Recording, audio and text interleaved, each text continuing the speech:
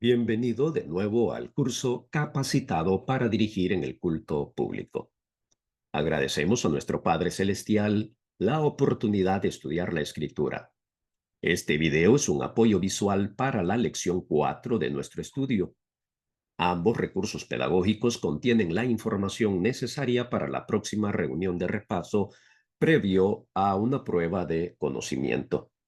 Es tiempo de abordar la lección 4 de nuestro estudio, titulada La lectura de la Escritura.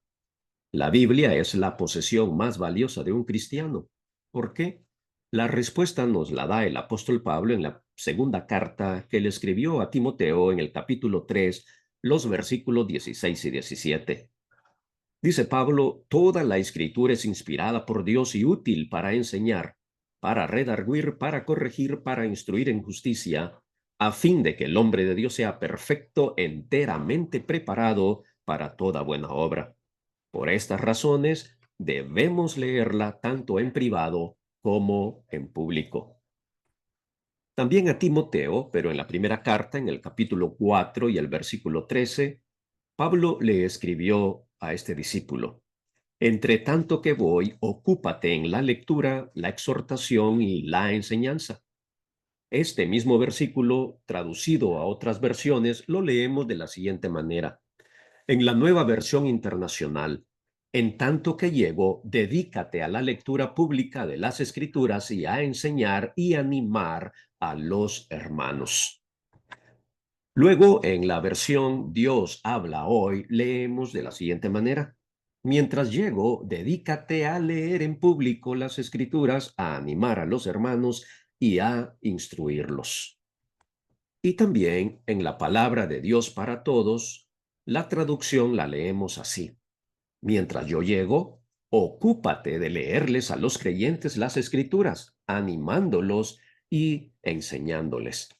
La lectura de la Escritura debería ocupar un espacio importantísimo dentro del culto de la Iglesia.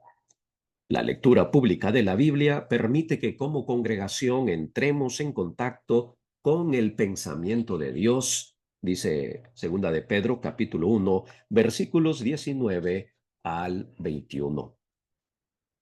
Por lo tanto, la lectura de la Escritura no es un acto de relleno, sino que es un gran privilegio porque usted se convierte, cuando preside este acto, se convierte en un heraldo de Dios. Como en los demás actos de la adoración congregacional, la lectura debe llevarse a cabo bajo el principio de Colosenses 3:23, donde habla de una acción hecha para el Señor y no para los hombres. Esta lección, esta lección cuarta de nuestro estudio, titulada La lectura de la Escritura, la desglosaremos en tres bloques. El primero es una práctica bíblica donde buscamos establecer la autoridad para la lectura pública de la Escritura. El segundo bloque será algunas claves para ejercer una lectura eficaz y finalmente una lista de lecturas sugeridas para practicar la lectura pública. Veamos entonces nuestro primer bloque. Abrimos la Biblia en Éxodo 24 y el versículo 7. Dice, y tomó el libro del pacto y lo leyó a oídos del pueblo, el cual dijo, haremos todas las cosas que Jehová ha dicho y obedeceremos. Es un ejemplo de la lectura pública del libro de Dios ante el pueblo de Israel congregado para ese propósito. Avanzamos al libro de Josué, capítulo 8, versículo 34 y 35. Dice así: después de leer esto, después de esto, leyó todas las palabras de la ley, las bendiciones y las maldiciones, conforme a todo lo que está escrito en el libro de la ley. No hubo palabra alguna de todo cuanto mandó Moisés que Josué no hiciese leer delante de toda la congregación de Israel, y de las mujeres, de los niños y de los extranjeros que moraban entre ellos. Este es un ejemplo del pueblo de Dios también reunido para escuchar la lectura pública de la Escritura. Más adelante, en Nehemías capítulo 8, versículo 8, también leemos lo siguiente. Y leían en el libro de la ley de Dios claramente y ponían el sentido de modo que entendiesen la lectura. Es otro ejemplo de la lectura pública de la Escritura ante la congregación de Israel en los días del escriba Esdras y del gobernador Nehemías. Adultos y niños reunidos en una plaza para escuchar la lectura de la palabra de Dios. Es una escena poderosa que dibuja a la gente escuchando a Esdras, quien se había colocado detrás de un púlpito de madera para leer ante ese público, ante ese pueblo, pueblo que mantenía oídos atentos a la lectura. En estos versículos de Nehemías es evidente la reverencia hacia la palabra de Dios, tanto del lector como de los oyentes. También en el Nuevo Testamento encontramos más ejemplos, además del ya citado en 1 Timoteo 4:13, que aprueban la lectura pública de las Escrituras. Veamos que narra Lucas en el capítulo 4, versículo 16. Y esta es una de las curiosidades de la vida de Jesús, pues al comenzar su ministerio, lo comenzó leyendo públicamente la escritura en una sinagoga.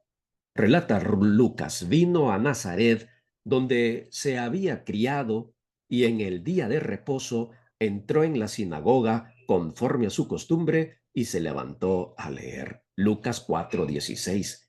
Jesús entra a una sinagoga y conforme a su costumbre, en algún momento de la reunión allí, se levantó a leer. El apóstol Pablo, en Colosenses capítulo 4 y el versículo 16, encomienda la lectura pública ante la iglesia de las cartas enviadas. El apóstol Pablo dice, cuando esta carta haya sido leída entre vosotros, haced que también se lea en la iglesia de los laodicenses y que la de Laodicea la leáis también vosotros. El mismo encargo destaca en la carta a los tesalonicenses, la primera. En el capítulo 5 y el versículo 27 también está hablando el apóstol Pablo y dice, os conjuro por el Señor que esta carta se lea a todos los santos hermanos. La versión Dios habla hoy traduce este mismo texto de la siguiente manera. Escuche. Les encargo por la autoridad del Señor que lean esta carta a todos los hermanos. Estos versículos, tanto del Antiguo como del Nuevo Testamento y el ejemplo de Jesús, nos ayudan a establecer por medio de los ejemplos la lectura pública de la Escritura como un acto factible de hacer delante de la congregación, delante del pueblo de Dios. Ahora, nuestro segundo bloque del estudio nos lleva a considerar algunas claves para una lectura bíblica eficaz. No solamente queremos tener ejemplos que nos autoricen este acto dentro del culto de adoración, sino que también queremos hacerlo lo mejor posible. Para ello hay algunas claves que podemos poner en práctica. La primera, asigne la lectura con suficiente tiempo. Sí, la porción de la escritura a leer no debería ser asignada el mismo día de la lectura, el mismo día del culto en el cual se va a llevar a cabo esa lectura. No, asígnela con suficiente tiempo para que el encargado de llevar esa lectura se prepare con anticipación. A menos que sea un experimentado lector, que conozca de memoria el pasaje a leer, las técnicas precisas para la lectura en público, dominio de signos de puntuación, etcétera. Entonces es mejor asignar para cada domingo con anticipación una porción no muy extensa, claro, de entre unos 15 a 25 versículos. Es un número apropiado para practicar la lectura pública. Segunda clave, practique en voz alta. y respete los signos. Practicar en voz alta la lectura asignada para leer delante de la congregación. Es que debe familiarizarse con el contenido de la lectura para comprender de qué trata lo que va a leer, el texto que se le ha asignado. Además, eso le evitará trabarse y pronunciar mal las palabras desconocidas o difíciles de pronunciar. La lectura, practicar en voz alta, no es simplemente la lectura en silencio, sino lectura en voz alta, que usted se escuche a sí mismo. ¿Por qué? Porque al escucharse usted mismo, va a captar si pronuncia bien o mal las palabras y en cuáles debe corregir. Es más, aquí hasta podría grabarse haciendo esa lectura y luego escucharse para saber en qué partes o qué palabras necesita mejorar tanto la pronunciación o la lectura en general. Lea respetando los signos de pronunciación, los signos de puntuación, el punto, la coma, interrogantes, admiración, etcétera. Al respetar los puntos de puntuación, los signos de puntuación, va a lograr controlar la respiración, pero además va a ser una lectura amena, ni muy rápida ni muy lenta. No, debe tener su ritmo la lectura, ¿no? Dentro de esta clave de practicar en voz alta, algo que puede hacer usted hoy día, que hay tantas facilidades, es escuchar la Biblia hablada, ¿sí? Escuchar la Biblia hablada para practicar esa misma lectura. En la actualidad, pues es posible fácilmente encontrar sitios en el Internet o aplicaciones para celular que contienen la Biblia hablada. Esto es un recurso valioso si uno considera que tiene dificultades en la lectura y aunque no las tenga muchas, es buena oír de profesionales la Biblia hablada. Una opción de hace muchos años y que ahora es fácil encontrarla en la Internet es la narración que hace de la Biblia, Reina Valera 1960, Samuel Montoya. Puede escucharla. Cuando usted conoce de antemano qué texto o qué porción bíblica se le ha asignado, usted puede buscar esa porción y escuchar, por ejemplo, a Samuel Montoya, cómo narra, cómo pronuncia esa porción de la escritura. Hágalo. Y así usted va a ir mejorando y va a ser más eficaz en la lectura pública de la escritura. También hay otros narradores que narran otras versiones de la Biblia, además de la Reina Valera de 1960, que como un ejercicio de aprendizaje también valdría la pena escucharlos. Y lea en voz alta varias veces, no solo una vez, hasta el punto de sentirse pues preparado y satisfecho y ya listo para la lectura que se le ha asignado. No se confíe. Algunos hermanos confían demasiado en sus habilidades y no invierten tiempo en practicar la lectura. No es malo confiar en uno mismo. Sin embargo, la confianza en uno mismo debe estar fundamentada en la preparación. La lectura de la Biblia en público también requiere entrenamiento, así como presidir otros actos del culto de adoración a Dios que también requieren entrenamiento. La lectura pública de la Biblia también requiere entrenamiento. Una tercera clave es cuide la pronunciación y busque el significado de las palabras. Esto es, sumérjase en el texto, húndase, métase de lleno en el texto. Aunque usted hará una lectura textual de una porción que se le ha asignado, no va a preparar un sermón ni va a hacer una exposición exegética de ese pasaje, pero eso no impide que usted se sumerja porque va a ir empapado, va a ir totalmente dentro del texto, tiene que hacer lo suyo, tiene que ir más allá, un paso más allá de la simple lectura superficial. No, usted debe llevar todo un fundamento a esa lectura que va a hacer. Tiene que sumergirse en el texto.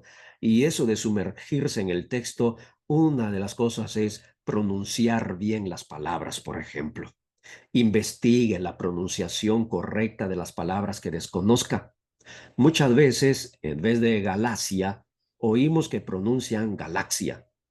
En vez de gadarenos, oímos hermanos decir ganaderos. Areópago o escuchamos areopago. Decapolis en vez de decápolis. Mendigo en vez de mendigo.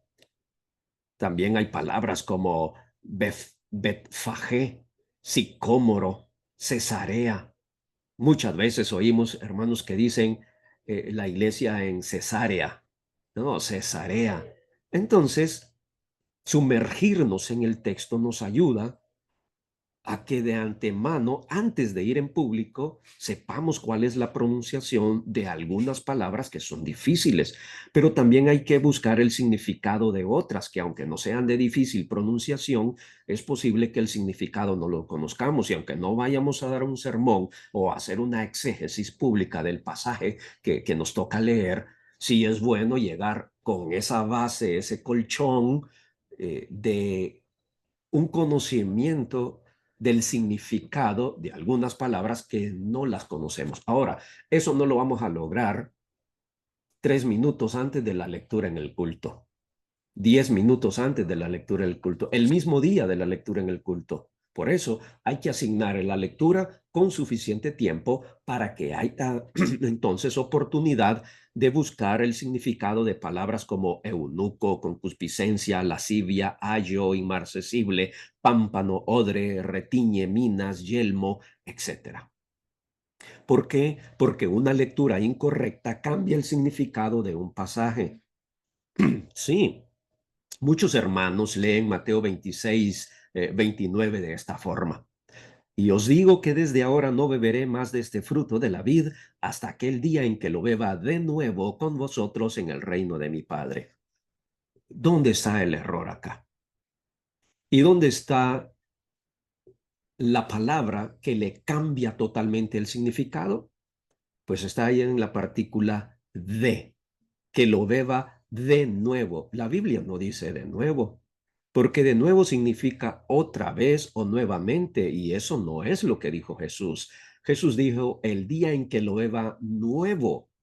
Algunos hermanos no dicen de nuevo, pero sí dicen aquel día en que lo beba nuevamente. No dice la Biblia eso.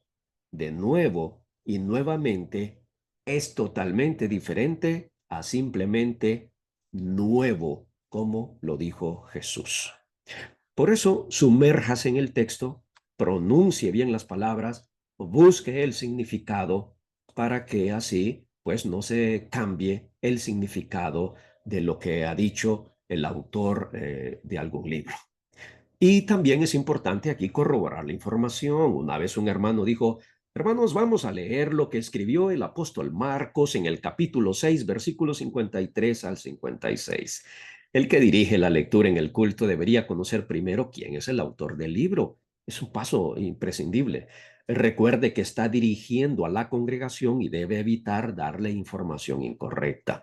Por eso, estaba en un error el hermano que dijo, vamos a leer lo que escribió el apóstol Marcos. Una clave más, no corra, espere a la congregación, ¿sí? No corra.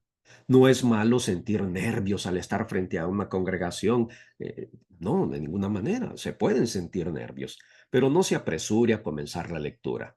Mire, anuncie con claridad y con voz audible la porción bíblica que va a leer, pero todavía espere. Espere a que la hermandad encuentre el texto. Usted lleva preparado el texto, pero los hermanos no. Entonces, permítales un tiempo prudencial para que busquen el texto. A veces hay recién convertidos, hay señores de edad adulta que les cuesta encontrar el texto y hay hermanos que tal vez todavía no dominan dónde se ubican los libros, por eso hay que dar tiempo, ¿no? Y no comience la lectura de golpe, no llegue simplemente y diga, hoy vamos a leer Lucas capítulo 1, versículo 1 al 25 y comienza la lectura. No, todavía espere, anuncie nuevamente que va a comenzar la lectura, vuelva a repetir el fragmento bíblico para ese día. Así que cuando vea que la gente está lista, quizás en su mayoría, entonces comience tranquilamente la lectura. Y una quinta clave es que no hable entre dientes. Así es, no hable entre dientes. Lea en voz alta, abra la boca. La congregación debe escuchar su lectura, la iglesia debe seguir su voz. Cuando los hermanos no escuchan la lectura, cada uno leerá por su propio lado.